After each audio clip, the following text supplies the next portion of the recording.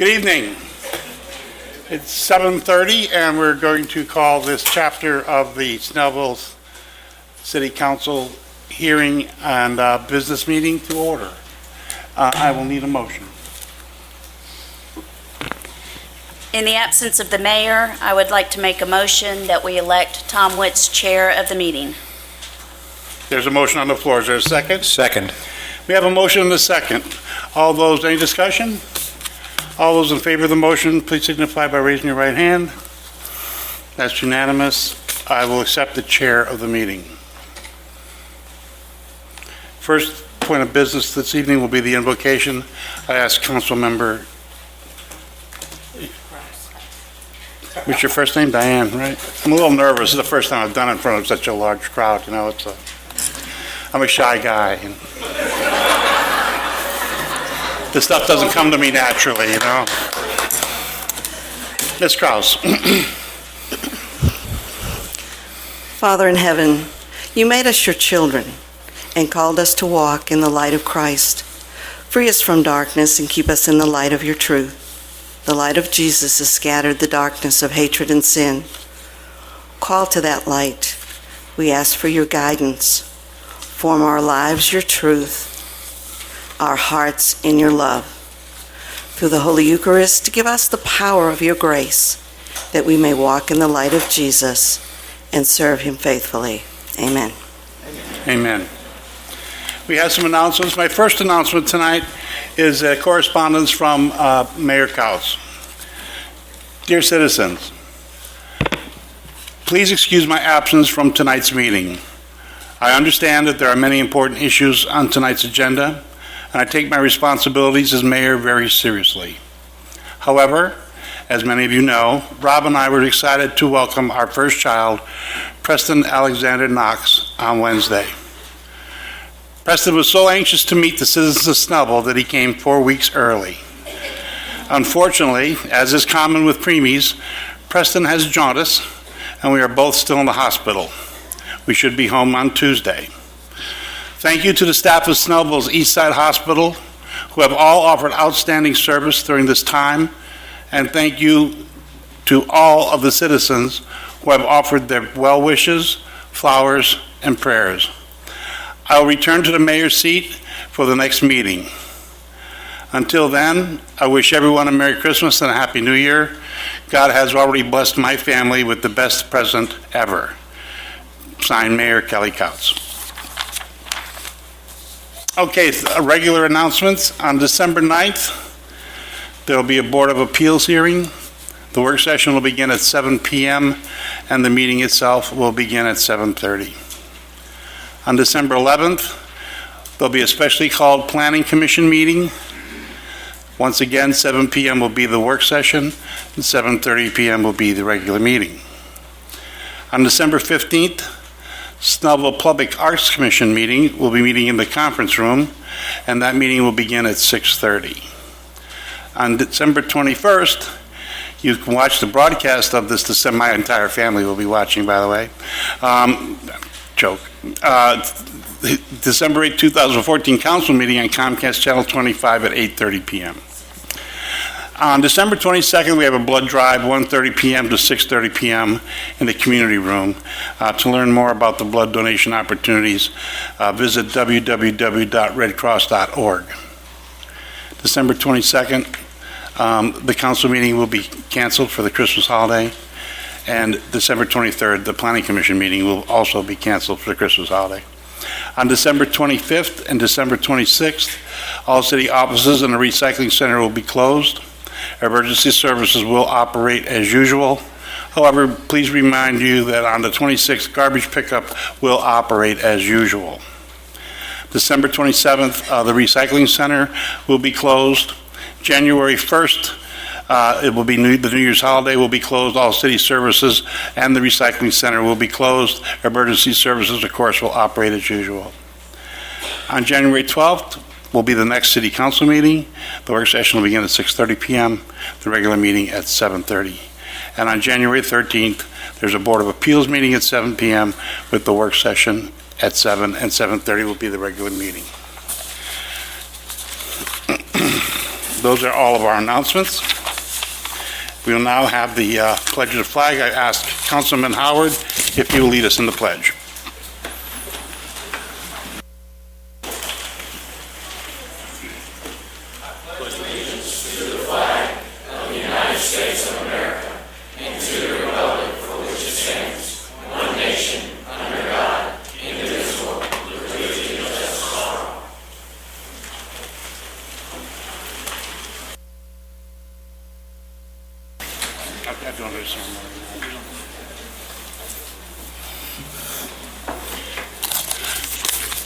We have no ceremonial matters this evening. However, I do see that we are blessed again tonight with members of South Gwinnett High School and Planning Commissioner and teacher Christy Linsky's class with us tonight. Welcome all of you. Glad to have you here.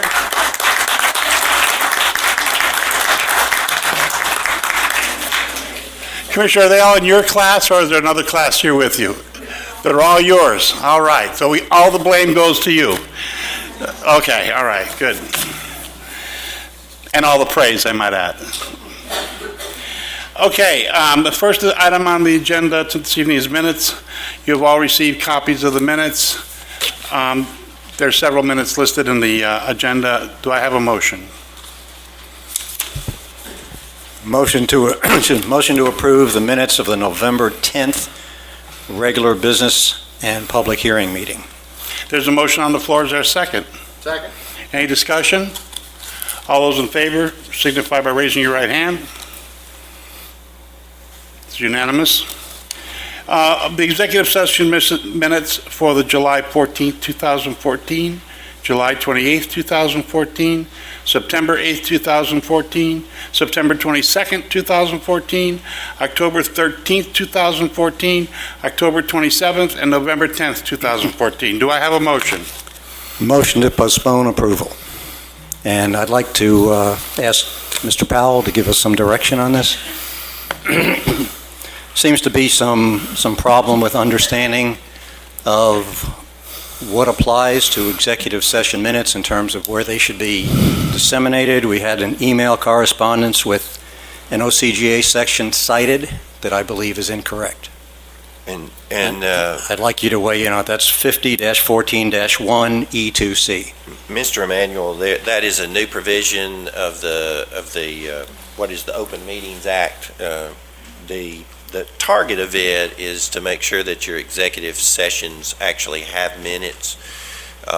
In discussing this with the parliamentarian tonight, he described a circumstance to me where a lot of, the norm for parliamentary procedure would be to go from executive session to executive session with those minutes.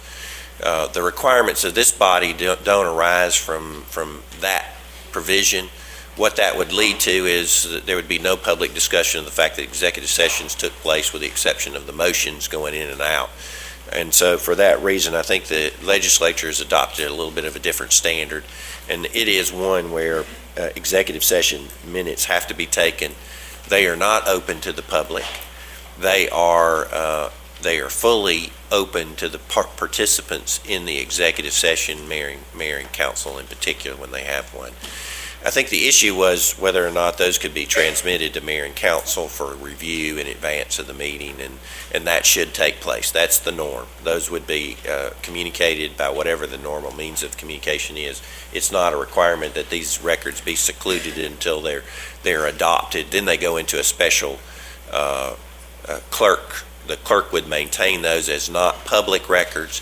They wouldn't go on your agenda like our normal minutes would. They are held separately for distribution. The norm in the groups that I participated in is that they come in the same email. The software that's now available to cities makes it where executive session minutes are actually posted on the web page with those, but they have special security clearances where the council members actually have special codes where when you go in as log in under your password, it will show you the executive session minutes. So they're handled much like the other minutes, with the exception of until they become, for some reason, public minutes, which you'll see under the Open Meetings Act. That happens when you vote to approve a piece of property, once that acquisition becomes final, then it becomes a part of the public record. They become part of open records to the public. So what you see is not an intent to restrict access to the document itself by the elected officials. Those are fully open, should be transmitted in the normal course to the mayor and council by those who are responsible for drafting the minutes. I have a question, Councilor. Are you saying then that they should not have been advertised for approval at this meeting? I mean, is that... I think they are required to be. They are required to be. What your parliamentarian and I discussed was the norm under parliamentary procedure would be, it would be approved in the next executive session. That's the parliamentary rule. What you've got now is a statutory requirement that I think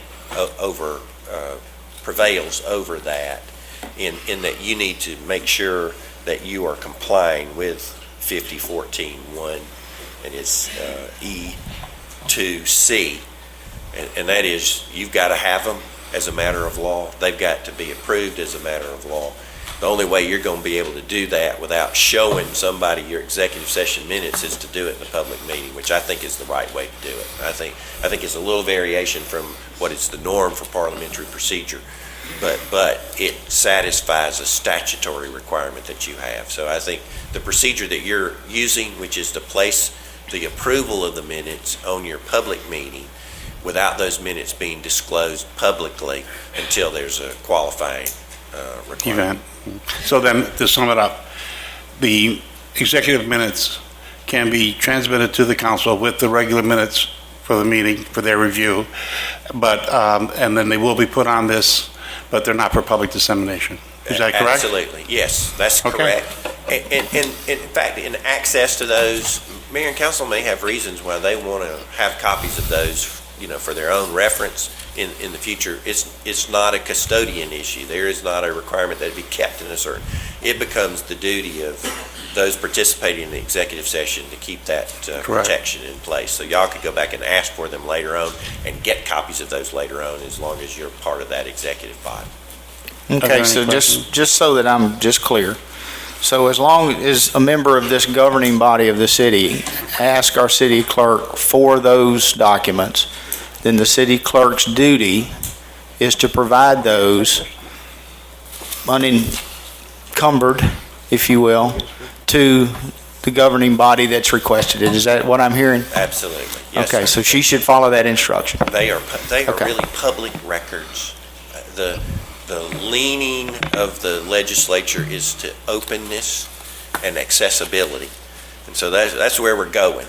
And so with regard to executive session, the group that has that public access is the elected officials. You have access to. Councilor, the city clerk has brought up a point that I feel needs to be addressed so that it's clear to everyone.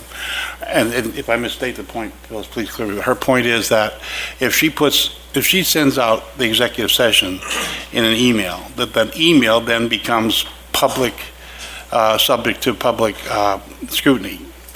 Just like an email that comes from me, no, it does not. It's a privileged communication. Those are not discoverable. They're not accessible.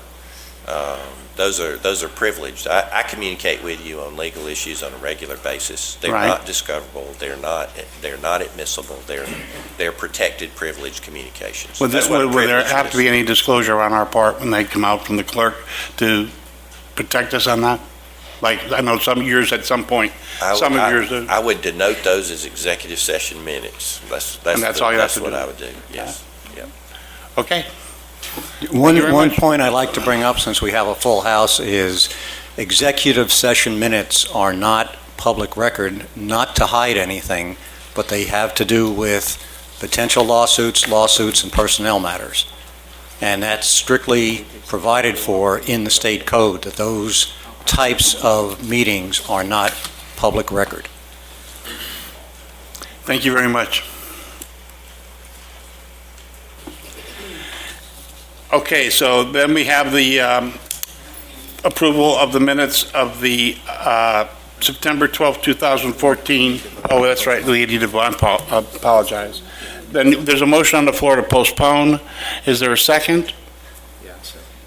We have a second. Okay, any discussion? All those in favor, signify by raising your right hand. They're postponed to our first meeting in January. Next, we have the approval of the minutes of the September 12, 2014 planning retreat. Do I have a motion? Motion to approve. We have a motion on the floor to approve. Do I have a second? Second. Seconded by Councilmember Bender. Any discussion? I call the vote then. All in favor, please signify by raising your right hand. It's unanimous. The minutes are approved.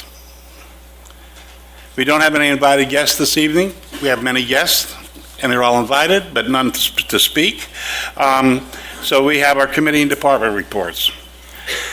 The Planning Commission does not have a report. We have the Board of Appeals does not have a report. Stat report, we do not have a report. I'm sorry, we have a stat Mayor Pro report Tem. by Council Member Barbara Bender. I apologize, Ms. Bender. Kelly McAloon is the Executive Director of the Snellville Tourism and Trade Association, and she could not be at the meeting tonight, but she did ask me to read her report so that you would all be informed of what was going on with our tourism and trade organization. On November 4th, the STAT annual membership meeting was held during the Commerce Club luncheon, and during the meeting, 2 open board seats were voted on by the membership. We would like to welcome both Kathy Emanuel and Jamie Toney to the STAT board. They'll both be serving a 2-year term, so congratulations to them. And also a big thank you to Ronnie Bentley. I think Ronnie Bentley's here. Can you stand for just a second?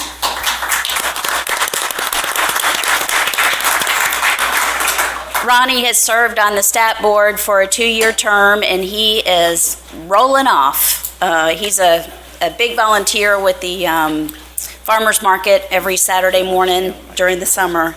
So we appreciate all your service to the tourism and trade, Ronnie. On November the 29th, we celebrated the 33rd annual Christmas tree lighting and the first annual lighted Christmas parade. The event was a huge success. We had probably the biggest crowd ever for the tree lighting, and for the first year of the parade, it was really, really a great crowd.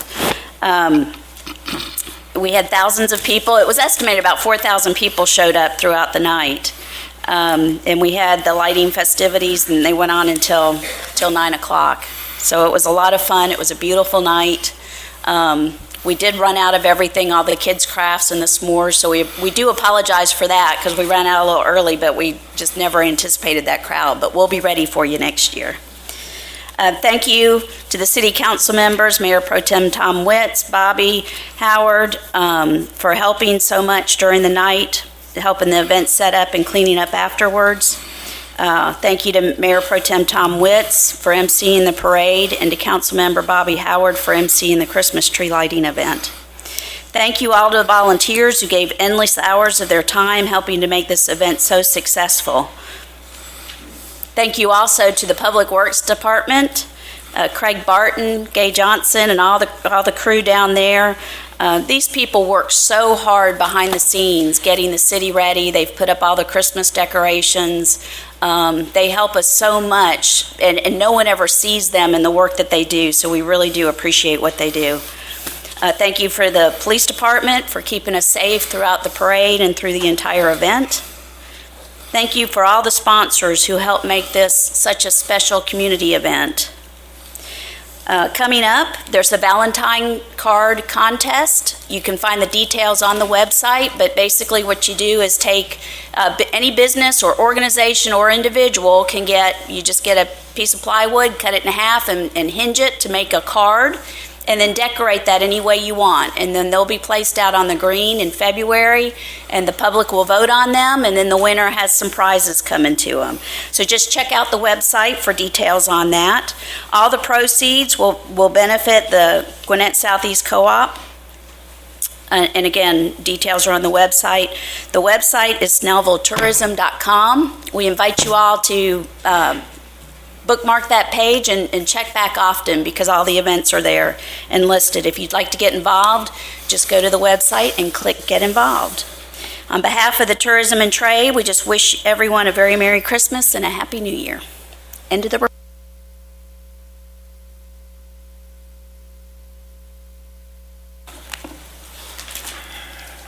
Thank you, Ms. Bender. Leadership, Snellville has asked to postpone their report until the January meeting. Next, we'll go to the Briscoe Park Master Plan report. I'll introduce Lisa Platt from the Rec Board.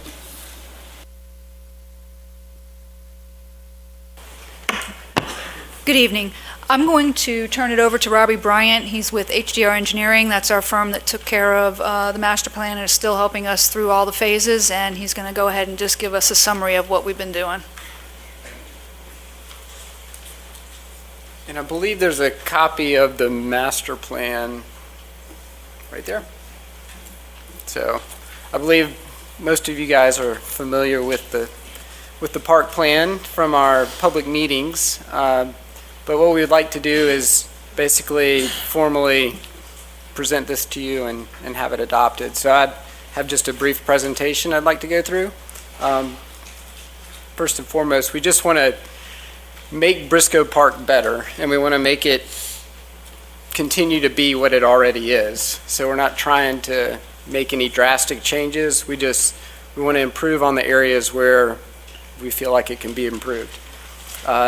Currently, the park is approximately a 100-acre site, and about a third of that is passive recreation. And about another third of that is active or programmed recreation, and then the balance is undeveloped or unassigned space, and then maintenance and service type areas. So the definition of a community park is providing a lot of different things to a lot of different people, and Briscoe Park already does that. So that's a good thing. Currently, activities that are planned in the park include Snellville days, of course the sports leagues, lacrosse, soccer, softball. There's the pool, walking trails, and open play areas. So a little bit of something for everybody out there. As we got into the master planning process, one thing that we did is we wanted to solicit public input. So we did that with 2 meetings. The first meeting, we basically explained what the park currently has. We gave a questionnaire and allowed people an opportunity to make suggestions on additional program items, and also to comment on programs that are currently there and what they think about that, evaluate those. So we took that input from that meeting, also input from the Parks Department, Lisa and her staff, and made recommendations with a couple of different park designs, and then we presented those to the public. We got feedback on those plans, and what you see is basically a combination of suggestions that we made and that the public made. So we feel like we have a nice blend of collaboration to come up with this plan.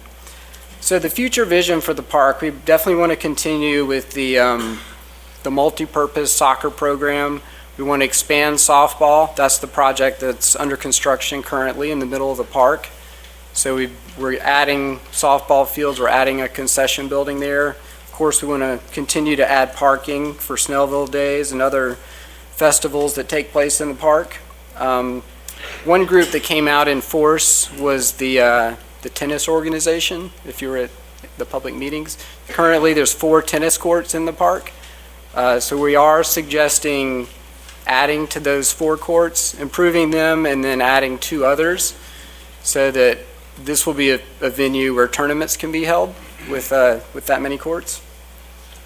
And currently the shop is located in a little bit of an awkward spot, so we're moving it farther to the left side of the plan, or closer to the recycling or service side of the park. So that will make it functionally a little more people-friendly. Vehicular circulation is another important future improvement for the park. Currently, there's a Snell Drive entrance all the way on the right side off of Lenora Church, and that basically serves the passive area of the park. And then there's 2 entrances off of Lenora, one at the pool and then one at the library. Both the library and the pool entrance we feel like could be a better arrival into the park. So the master plan shows realignment of the pool entrance, improved parking on that end, and on the library side, instead of allowing people to drive in to the recycle area as the main entrance on that side of the park, we're rerouting that road to where they can still go to recycling, but the main park entrance will actually be redirected to the right, more to the park activities. So that makes that a little more park-friendly. The natural area currently has 4 pavilions, 3 restrooms, and 2 play areas. So that area pretty much remains as is. The soccer platforms or multi-purpose field platforms will remain as is. As I mentioned, the softball is added in the middle. And then adjacent to the softball is a new proposed community building, which would replace the existing park office, so the park office buildings would be located in that building, and there would also be room for senior programs and other type activities inside the park, which currently are not available. So that's a new function. A new large central parking area for the community building also would serve the tennis area, and then a new playground above that, an additional restroom, and then we're keeping Staley Field and Valley Field down below the new parking area for informal play. So it's important to keep all of those activities addressed. And then I think the final feature of the new plan, we've added a volleyball court near the library. We've brought basketball back into the park with its own parking, and then a 1.5 mile walking circuit. Walking is probably one of the most popular activities of the park, and along that walking circuit, we've added fitness stations, and I believe there's already a few of those that have been donated, so you can see what that's all about. But that is pretty much an overview of the master plan.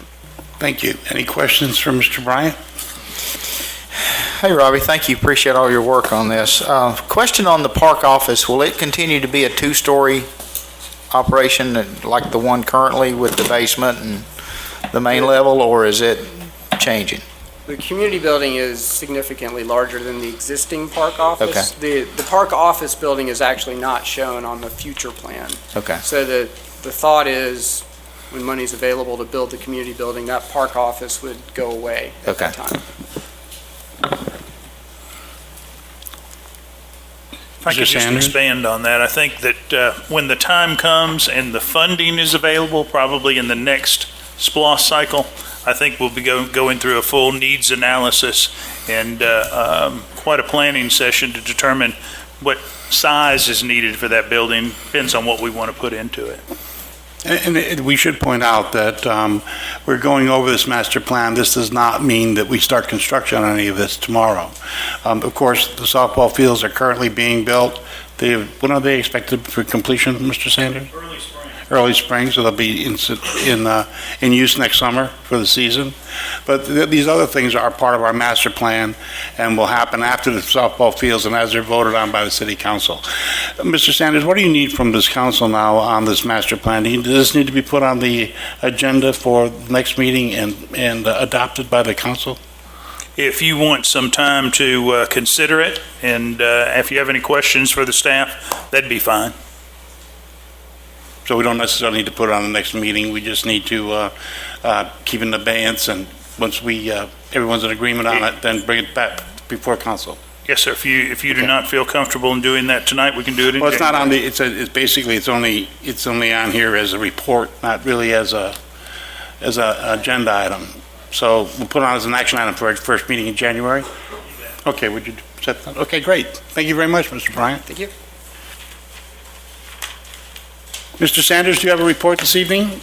I do not.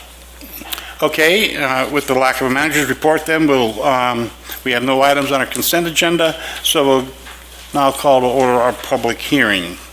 Item A on the public hearing is the first reading of CUP 1407, consideration and action on an application by Lifegate International for a conditional use permit for a church in the Fountain Square Shopping Center, zoned BG General Business, District 2110, McGee Road, Suite 2200, Snellville, Georgia 30078, tax parcel 5007.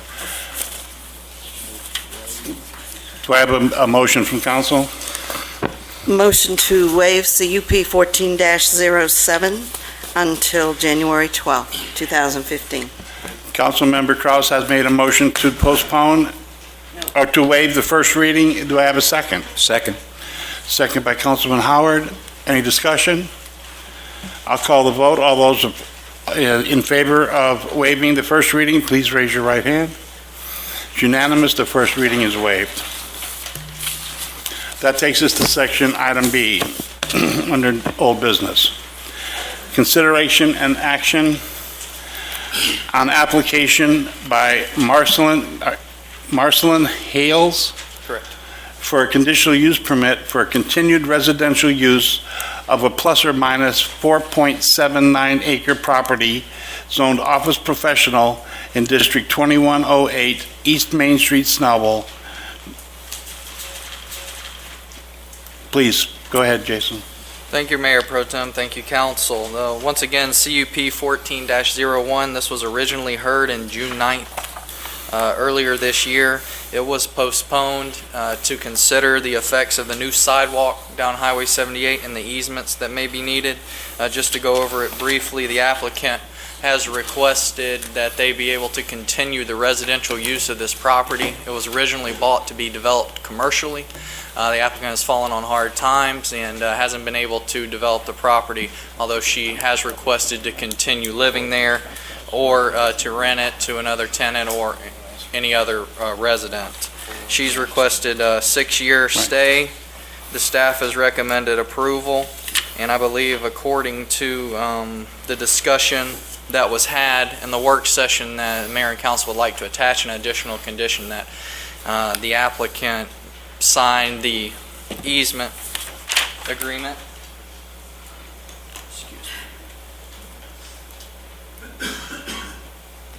Which is basically just showing a 5-foot temporary construction easement, which would only be needed during the time of construction.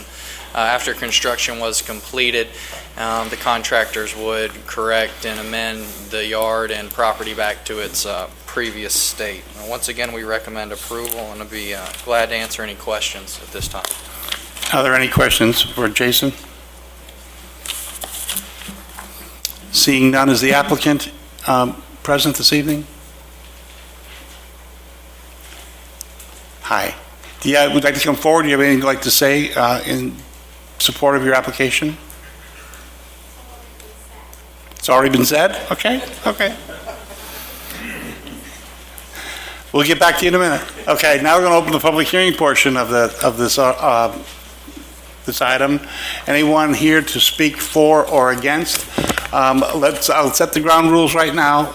We're going to go 15 minutes for both sides in all of these tonight. If we need extended time, if one side goes longer than the other, then we'll make sure it all balances out. But I'd like to keep it to 15 minutes on each side if we could. So is it from this first one, is there anyone here for or against item B? Seeing none, I'll hear a motion. Motion to approve CUP 14-01 There's a motion. with conditions. With which conditions, sir? Motion to approve with the condition of expressly and documenting the Planning and Development Department's recommendation for sidewalk easement agreement. There's a motion on the floor. Is there a second?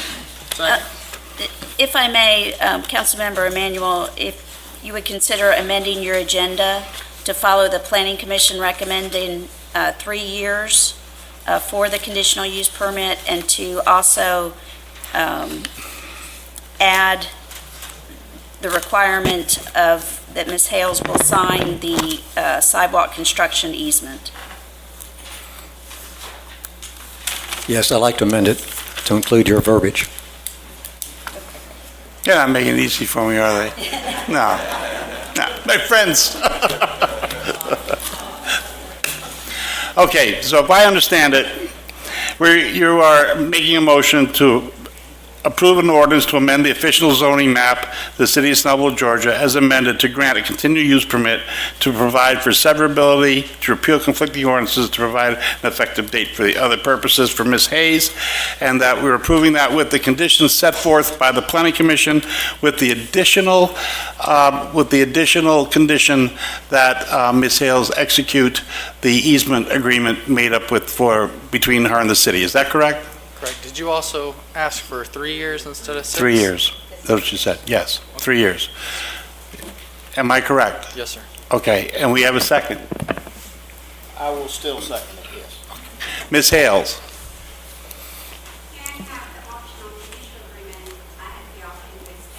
Could you please come down to the microphone so we can get it on the record, please?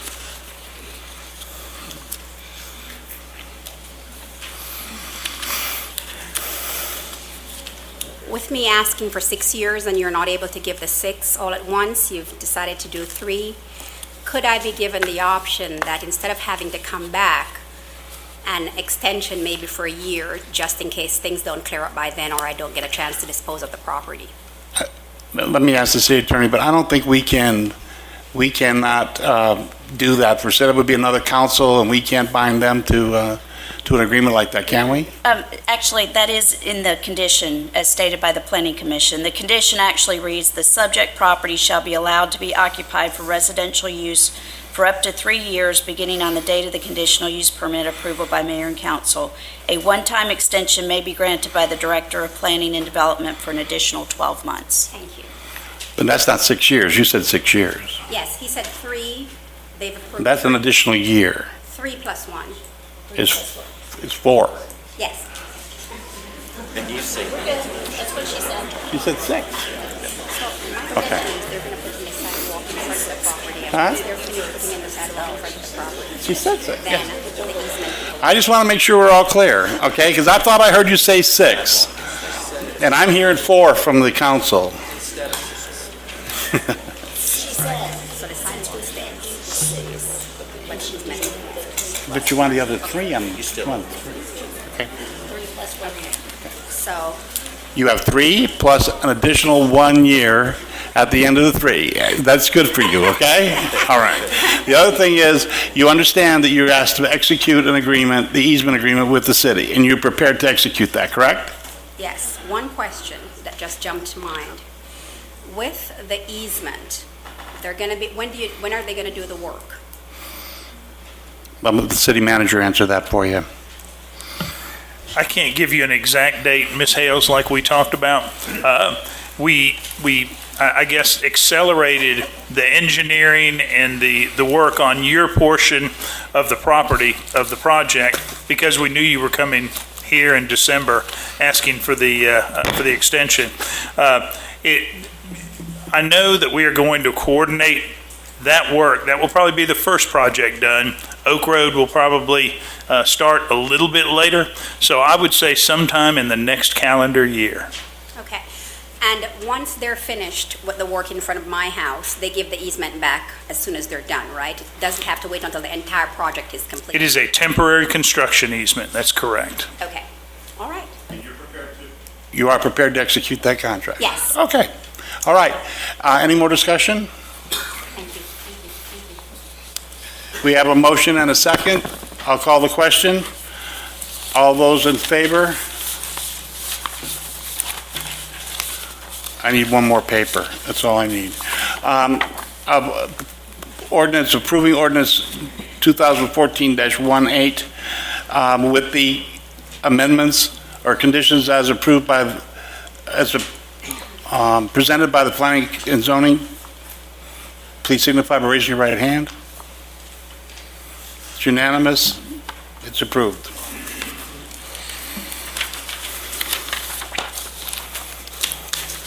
That was supposed to be the easy one.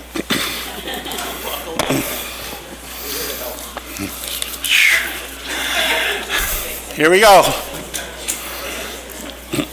You have the one for, you have the original. Okay. Second reading and consideration and action on application by Brand Properties to amend the land use plan from office professional to multifamily residential, an official zoning map of the city of Snellville from business general district to general residential district, and request for certain variances from the RM district criteria of a 24 multifamily apartment complex on a 30.55 plus or minus acres site located on Scenic Highway in Snellville, Georgia. Thank you, sir. Mr. Thomas. Once again, this is LUP application 14-02 and rezoning RZ application 14-03 for Brand Properties, represented by Lee Tucker of Mahaffey Pickens Tucker. They've requested to officially amend the land use plan from office professional to multifamily residential, as well as amend the zoning map from BG General Business District to RM General Residence, with variances associating to building heights and parking. The site data, there's approximately 30-acre property located on Tree Lane adjacent to Scenic Highway. They plan to build a 244-unit multifamily apartment development with 8 buildings. 2 of those buildings will be 3-story buildings, and the other 6 will be 3-4 split buildings. The proposed mix of units are 1, 2, and 3 bedrooms, anywhere from 800 square feet to 1,225 square feet. The community would be accessed from Tree Lane.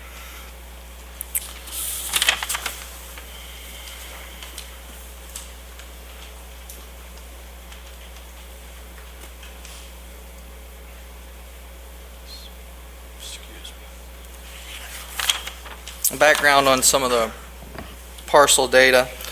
The parcel, the 15-acre parcel on 1719 Scenic Highway, is primarily a wooded lot that has currently a 2,100 square foot single-family dwelling that's been abandoned. The other second 15-acre lot is located northwest of the Best Buy track and is a portion of the old Price family estate.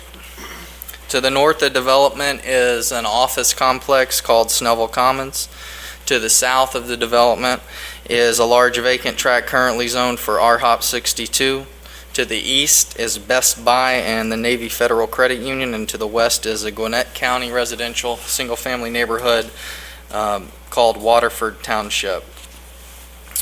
The future land use map amendment is currently office professional, which is a land use designation that promotes office-type uses that are more prominent during the day than at night. There's several policies from the comprehensive plan that are both inconsistent and consistent with the application. I'll go through those now. Please be patient. The 2030 comprehensive plan policies that are inconsistent is the official visioning statement for the Scenic Highway North character area. Senior housing is the only residential land use referenced in this character area.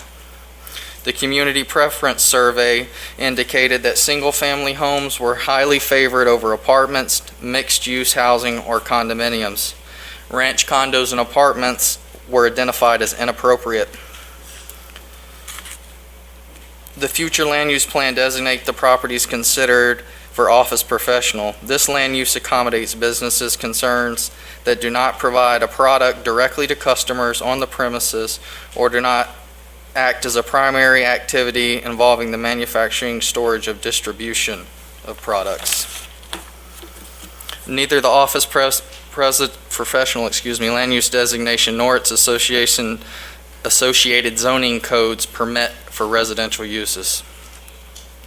Economic development policy number 3 says continue to encourage expansion of our medical services. Should this property be developed, it would limit any green fields still left to be developed in the adjacent area. Some of the policies supported by the 2030 comprehensive plan are the land use policy 5, which encourages the use of transitional zones. That's basically step-down zoning, but the proposed or the current office professional use would provide the same transition. Housing policy 3 regulates the attempt to promote diversity within the community through different housing types. This proposed development offers different housing options.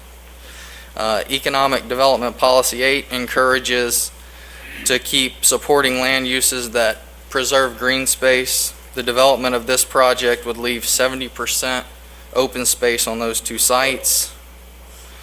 Housing Strategy 1 encourages more senior housing. The proposed development is adjacent to commercial and medical services, which would promote senior housing. And Housing Strategy 2 encourages the provision of affordable housing options. These would provide a mix of different price points. In a letter dated August 14th, 2014, the Gwinnett County Planning Department recommended that the city deny this application and consider a less intense detached residential or office development. The city agrees with that assessment. So for the land use amendment, the city recommends denial without prejudice. Is inconsistent with the land use plan. The housing type is not senior-based. It's not consistent with the comp plan and supporting policies.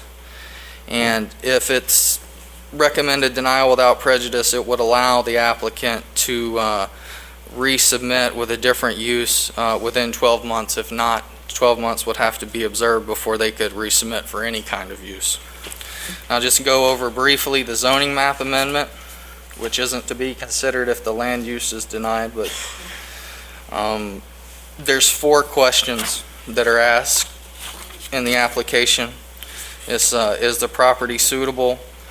We found that to be neutral. Is the proposed development adversely affect the existing use or usability of adjacent or nearby property? But know that there's enough space between the buildings in the neighborhood that there's not a direct negative effect on the adjacent properties. Does the proposed development result in a use which could cause excessive or burdensome use of streets, transportation facilities, utilities, or school? We asked that question to the county. Water and sewer indicated that there is water and sewer in service. The Gwinnett County Department of Transportation recommended that they conduct a traffic study. The Snellville Chief of Police indicated that providing service to development could be done with current staffing. And the Snellville Public Works Director stated that the apartments would require a private commercial account for dumpsters. The Gwinnett County Public Schools submitted their analysis with 1% change in the Brookwood High School, 2% change in Cruz Middle School, and a 4% change in the Brookwood Elementary School. The applicant has also requested a couple of variances. They have requested that they be able to park the development along the industry standard. We agree after looking at some of the ordinances that are more current, they're more in line with what the applicant has requested. We don't have a problem with that variance. And they've also been asked to be allowed an extra 5 feet for building height on the 3-4 splits to give them a little more room to work with. Given Gwinnett County's multifamily ordinances that allow up to 65 feet, we felt like 5 feet was fair. The traffic analysis was submitted by a registered traffic engineer. Our traffic conclusion is that it meets the needs of the roadway network with the conditions and improvements that are stated in the traffic report. The applicant has not turned in any architectural design requirements or elevations.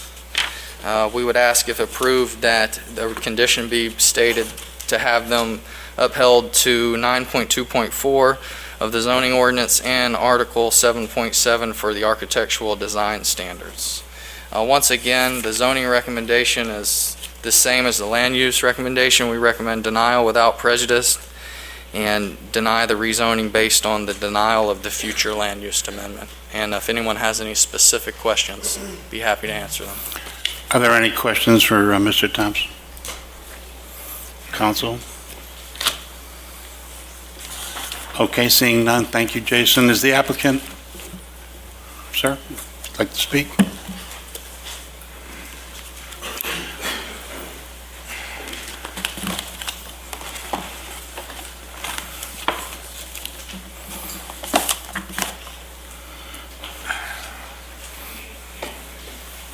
Ready to go?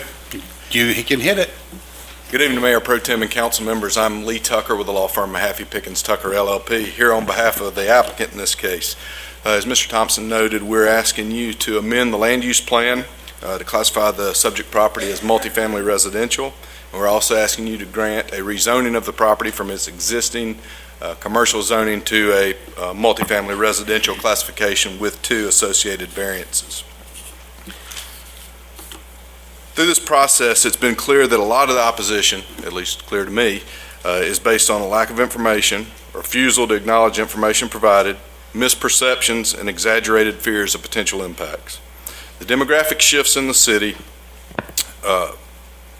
add support for our proposal. As noted in the staff report, there's been a 7% increase in the city's population over the past number of years, but a 2% drop in the population under 18 and an increase in population over the age of 62. So what that means is the city's getting older. I don't think that's any surprise to many of you.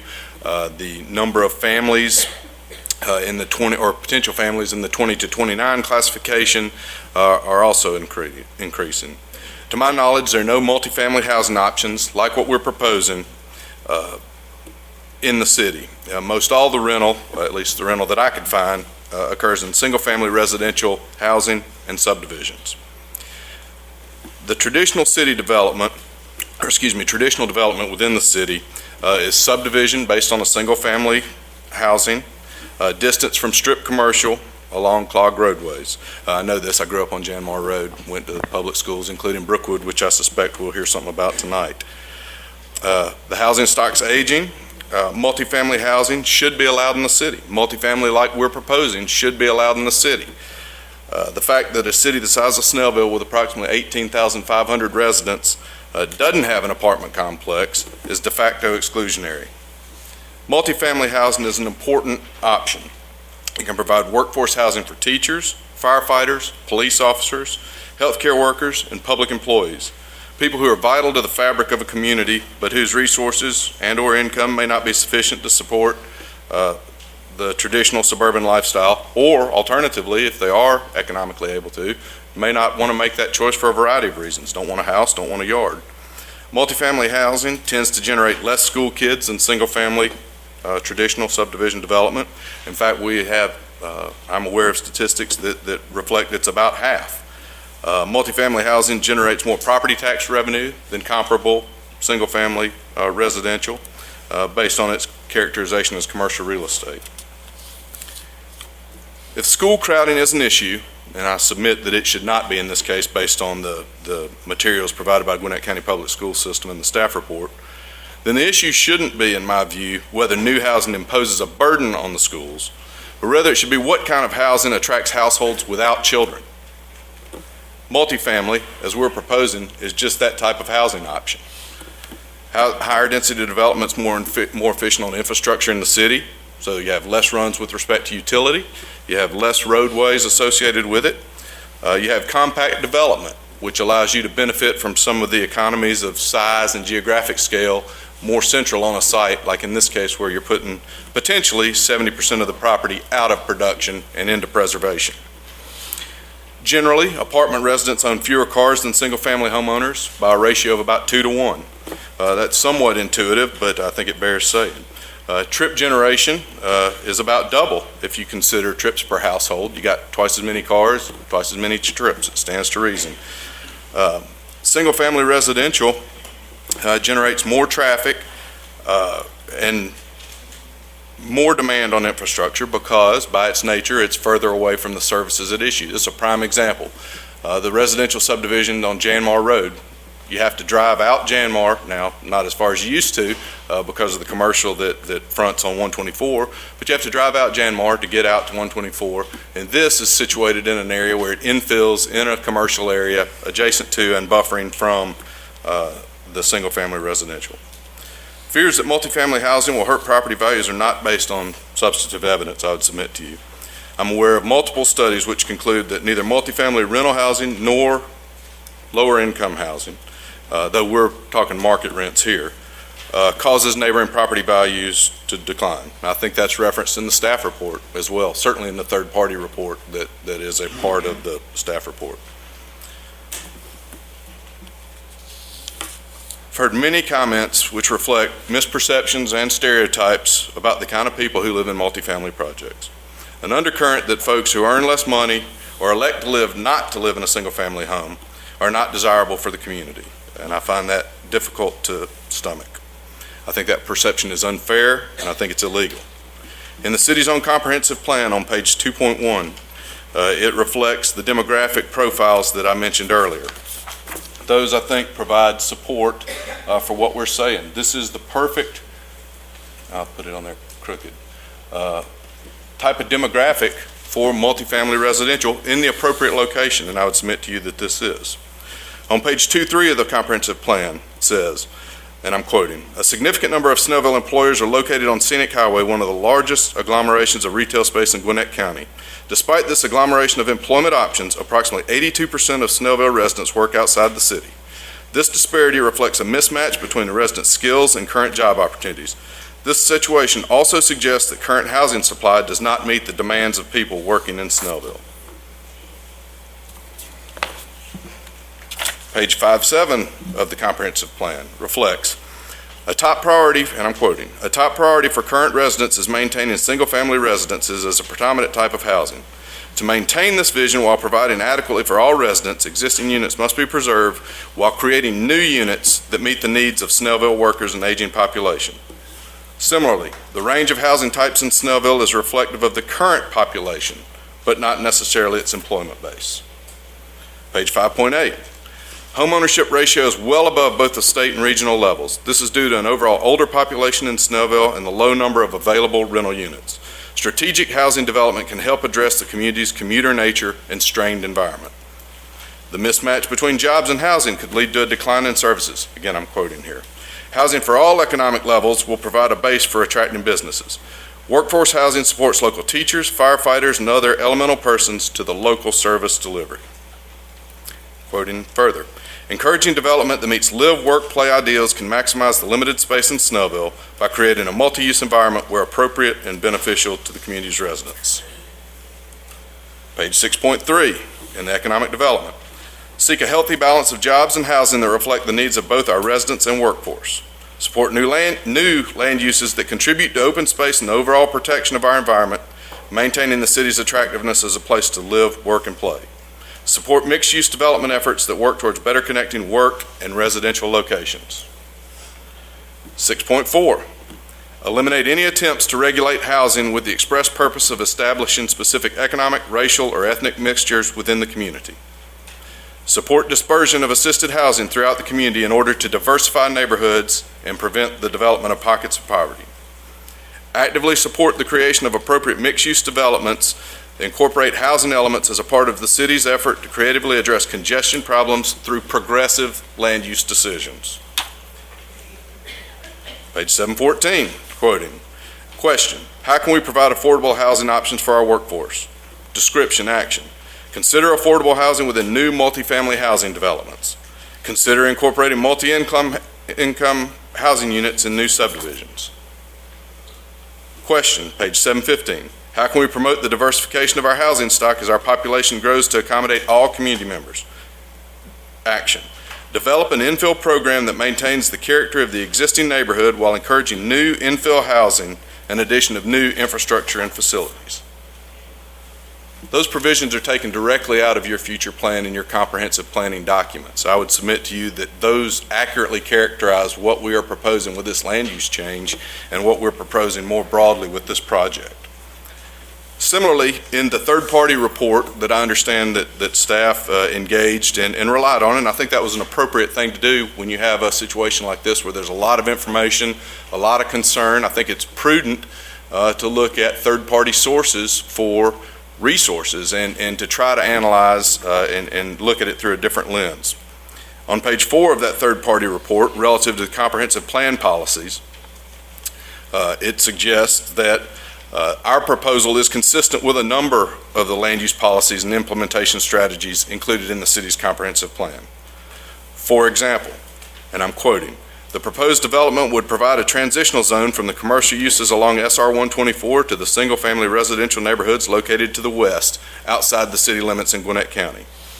Similarly, quoting,